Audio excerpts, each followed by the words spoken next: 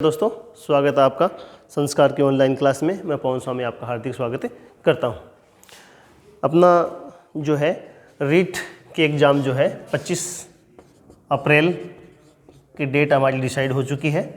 25 अप्रैल को होने जा रही है। आवेदन प्रक्रिया इसकी स्टार्ट हो चुकी है और हमारी ऑनलाइन और ऑफलाइन सभी प्रकार की क्लासें जारी हैं। हमारी ऑनलाइन क्लासें भी जारी हैं और ऑफलाइन क्लासें भी हमारी कोचिंग में स्टार्ट हो चुकी हैं। तो जो स्टूडेंट हमसे ऑफलाइन जुड़ना चाहता है तो ऑफलाइन हमारी कोचिंग में आकर जो है हमसे संपर्क करें। बाकी ऑनलाइन क्लासें हमारी कंटिन्यू जारी हैं। तो हमारा जो लास्ट टॉपिक जो चल रहा था वो चल रहा था मापन एवं मूल्यांकन। मापन एवं मूल्यांकन, मापन व मूल्यांकन। मापन और मूल्यांकन की बात करते हमने मापन की बात की थी। मापन क्या होता है? जब किसी भी घटना को या किसी भी वस्तु को अंक संख्या प्रदान की जाती है तो वो क्या कहलाता है? मापन कहलाता है। जब किसी भी घटना को, किसी भी वस्तु को जब हम क्या प्रदान करते हैं? संख्या प्रदान करते हैं या संख्या प्रदान करते हैं तो वो चीज़ क्या कहलाती है? मापन कहलाती है। हमने बात की थी मापन जो होता है वो क्या होता है? मात्रात्मक होता है या फिर जो है परिमाणात्मक होता है। मापन क्या होता है? मात्रात्मक एवं परिमाणात्मक होता है। इसके साथ साथ हमने बात की थी मूल्यांकन। मूल्यांकन जो है वो मूल्य प्लस अंकन, मूल्य प्लस अंकन दो शब्दों से मिलकर बना है कि किसी भी वस्तु का हम क्या निर्धारित कर रहे हैं? मूल्य निर्धारित कर रहे हैं, मूल्यांकन उसका कर रहे हैं। तो जब भी हम किसी वस्तु का मूल्य निर्धारित करते हैं तो पहली चीज़ तो उसमें क्या आ जाती है? मात्रा प्लस उसके गुण। दो चीज़ों को इसके अंदर शामिल किया जाता है। यानी जब किसी चीज़ का हम मापन करते हैं तो सिर्फ वो चीज़ क्या आ गई? संख्यात्मक रूप से हमारे सामने होगी या संख्या के रूप में उसको हम प्रदर्शित करते हैं। लेकिन जब हम किसी वस्तु का, किसी भी व्यक्ति का, किसी भी चीज़ का जब मूल्यांकन करते हैं तो साथ साथ में मात्रा के साथ में हमारे सामने क्या एक चीज़ क्या रहेगी? गुण। तो मूल्यांकन जो होता है वो मात्रात्मक एवं गुणात्मक दोनों प्रकार का होता है और मापन जो होता है वो क्या होता है? सिर्फ मात्रात्मक होता है या परिमाणात्मक होता है। तो हमने मापन एवं मूल्यांकन की हमने बात की थी। दोनों के अंदर हमने अंतर की भी बात की थी कि मापन जो है वो मूल्यांकन का ही एक छोटा सा भाग है। ठीक है ना? मापन का, मूल्यांकन का एक संकीर्ण पक्ष, एक छोटा भाग क्या कहलाता है? मापन कहलाता है। मूल्यांकन जो एक विशाल और विस्तृत कॉन्सेप्ट है और मापन जो है एक वो छोटा सा कॉन्सेप्ट है। मापन जो होता है वो मात्रात्मक होता है, ये मात्रात्मक और गुणात्मक होता है। ये केवल उद्देश्य आधारित होता है, लक्ष्य आधारित होता है और ये किस पर आधारित होता है? शैक्षिक उद्देश्यों पर आधारित माना जाता है। तो मापन और मूल्यांकन के बारे में हमने जो है विस्तार से चर्चा की थी। आज हम बात करते हैं मूल्यांकन की विशेषताओं की बात करते हैं, जिसमें मोस्टली परीक्षा के अंदर प्रश्न पूछा जाता है। आज हम बात करते हैं मूल्यांकन की विशेषताएं। अगला पॉइंट होगा हमारा मूल्यांकन की विशेषताएं। आज हम बात करें मूल्यांकन की विशेषताएं। मूल्यांकन की जो विशेषताएं हैं बहुत ही इंपॉर्टेंट पॉइंट है, बहुत ही इंपॉर्टेंट। यहाँ से प्रश्न बनने की पूरी संभावना रहती है। तो सबसे पहले हम बात करते हैं वैधता। पहली विशेषता क्या है? वैधता। दूसरी हम बात करते हैं विश्वसनीयता। दूसरी विशेषता क्या है? विश्वसनीयता। नंबर तीसरी विशेषता वस्तुनिष्ठता। नंबर 4 उपयोगिता।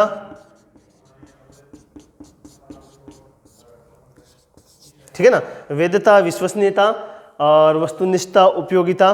उसके बाद में हम बात करते हैं विभेदकारी। विभेदकारी छठी विशेषता की हम बात करते हैं।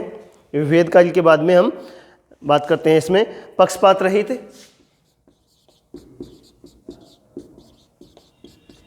ये जो है पक्षपात होता है मूल्यांकन। और इसके साथ साथ व्यापकता। 8वीं की हम बात करते हैं उपचारात्मक एवं निदानात्मक व निदानात्मक। ये मुख्य 8 विशेषताएं जो हैं मूल्यांकन की, जो है 8 विशेषताओं, उसकी हम बात करते हैं। पहली बात करते हैं हम, पहला प्रश्न तो ये बन जाता है कि निम्न में से मूल्यांकन की विशेषता है अथवा नहीं है। पहला प्रश्न तो यही से बना लेता है कि निम्न में से मूल्यांकन की विशेषता है। तो पहली क्या बोल देता है? वैधता बोल देता है, विश्वसनीयता बोल देता है, वस्तुनिष्ठता बोल देता है और चौथी कोई और दे देता है। तो मूल्यांकन की जो विशेषताएं, सारी विशेषताएं हमें याद रहनी जरूरी है। वैधता है, विश्वसनीयता है, वस्तुनिष्ठता है, उपयोगिता है, विभेदकारी है, पक्षपात रहित है, व्यापकता है, उपचारात्मक एवं निदानात्मक शिक्षण है। तो ये सभी प्रकार की मूल्यांकन की विशेषताएं हैं। सबसे पहले हम बात करते हैं वैधता की। मूल्यांकन के जो परिणाम होते हैं, मूल्यांकन के जो रिजल्ट्स होते हैं, वो हमेशा कैसे होने चाहिए? वैध होने चाहिए, अवैध उसके अंदर नहीं होनी चाहिए, अवैधता उसके अंदर नहीं होनी चाहिए। जैसे हमारा एक क्वेश्चन पेपर आता है, ठीक है ना, हमारा एक सिलेबस निर्धारित है और सिलेबस निर्धारित है, उसके अंदर से प्रश्न आते हैं, वो तो सारे क्या हो गए? वैध हो गए। और उसके बाहर से कोई प्रश्न आ गया तो वो क्या हो गया? अवैध हो गया।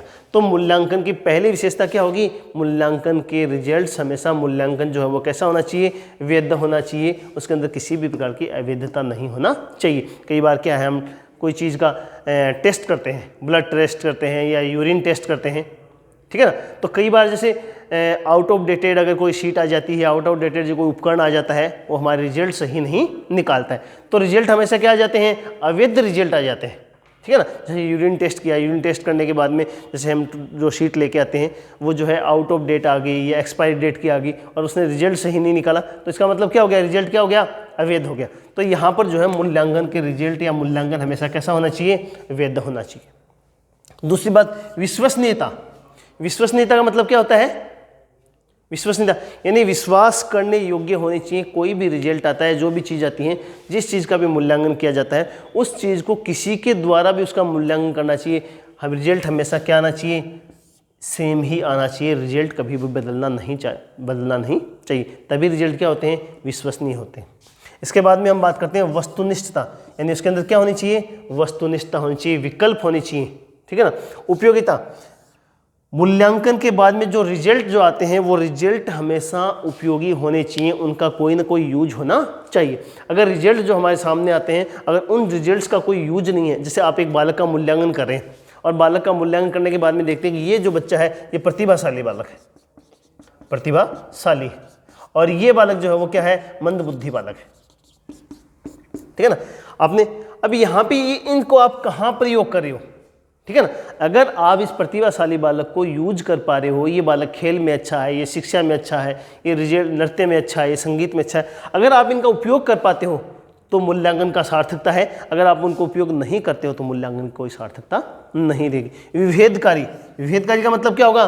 भेद करना, यानी मूल्यांकन के बाद में जो रिजल्ट आते हैं, रिजल्ट के बाद में जो है जो रिजल्ट आएंगे उसके बाद में एक अंतर स्पष्ट दिखाई देना चाहिए, उसके अंदर अंतर हमेशा दिखाई देता है, वो क्या कहलाता है? विभेदकारी कहलाता है। जैसे मूल्यांकन किया, मूल्यांकन करने के बाद में आपने डिसाइड कर लिया कि प्रतिभाशाली बालक, मंदबुद्धि बालक, सामान्य बालक, पिछड़ा बालक, सभी की एक क्या बना ली? एक श्रेणी बना ली।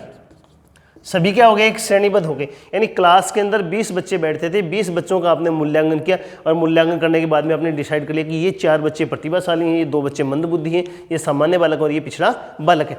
ये विभेदकारी, देखिए मनोविज्ञान के अनुसार अगर किसी भी प्रकार के बच्चों के अंदर भेद किया जाता है तो वो उचित नहीं होता है, उसके लिए हीन भावना प्रकट करने वाला होता है। लेकिन मूल्यांकन के बाद में जब हम ये इस प्रकार का श्रेणी विभाजन करते हैं, एक प्रकार की कैटेगराइज जिसको हम करते हैं, तो इसके बाद में इनके अकॉर्डिंग हम पाठ्यक्रम को संचालित करते हैं, क्रियाकलाप इनके अकॉर्डिंग हम संचालित कर सकते हैं। अगर हमें पता ही नहीं चलेगा कि बच्चा कौन सा प्रतिभाशाली है, कौन सा मंदबुद्धि है, तो हम सामान्य रूप से कक्षा को लेकर चलते हैं। लेकिन जब हमें पता चल जाता है कि प्रतिभाशाली बालक ये है, सामान्य बालक है, उसके बाद में पाठ्यक्रम को बच्चों के अकॉर्डिंग, बच्चों की आवश्यकता के अनुसार हम क्या कर सकते हैं? संचालित कर सकते हैं। तो वास्तव में बच्चों को क्या होगा? लाभ होगा। लेकिन अगर सामान्य रूप से चलते हैं तो प्रतिभाशाली बालक को भी लाभ नहीं होगा।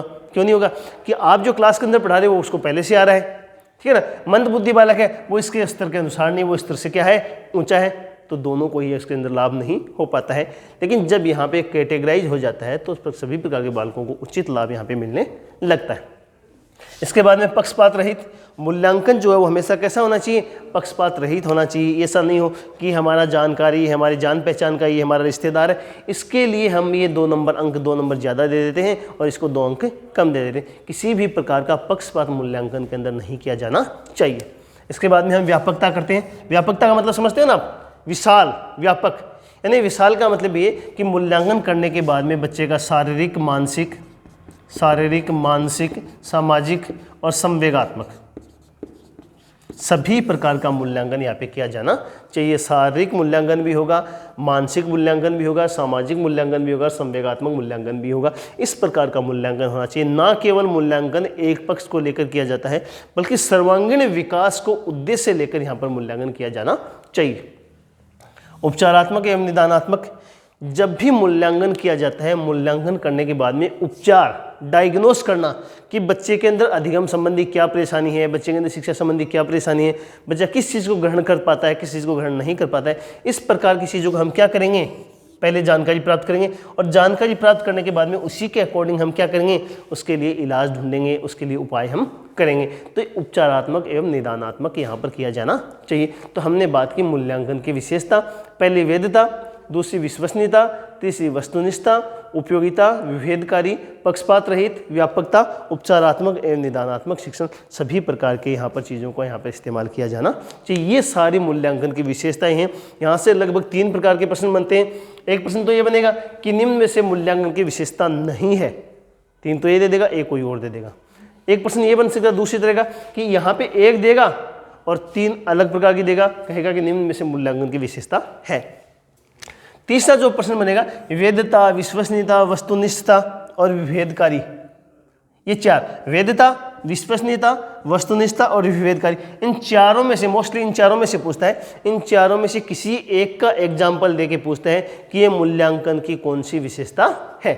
ये 4 कौन कौन सी, वैधता, विश्वसनीयता, वस्तुनिष्ठता और विभेदकारी, ये जो 4 पॉइंट हैं, इन चारों पॉइंटों में कोई एक पूछता है और एक पूछने के बाद में कहता है कि निम्न में से मूल्यांकन की कौन सी विशेषता एग्जाम्पल के आधार पर पूछता है। तो इस प्रकार का यहाँ पर प्रश्न बनने की संभावना रहती है।